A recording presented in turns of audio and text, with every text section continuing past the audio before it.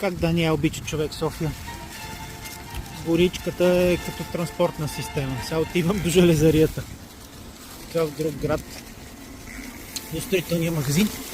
Като и неща, то е точно от другата страна на гората. От на Лосенец. И тук мога да мина през фитнеса и даже съм си сам. Кеф. Празен фитнес. Абонамент 0 лева. Разполагаме с лост. Ето, вграден горе в дърветата. Това е за лицеви опори. Има успоредка. За носене тук такива тежести могат да се дигат. Това за изпъване на гръбнака е страхотно тук. И за лицеви също става. И накрая има и колитка, можеш да си полегнеш да си поспиш след тренировката. Само птичките, музиката се осигурява птичките. Страхотно.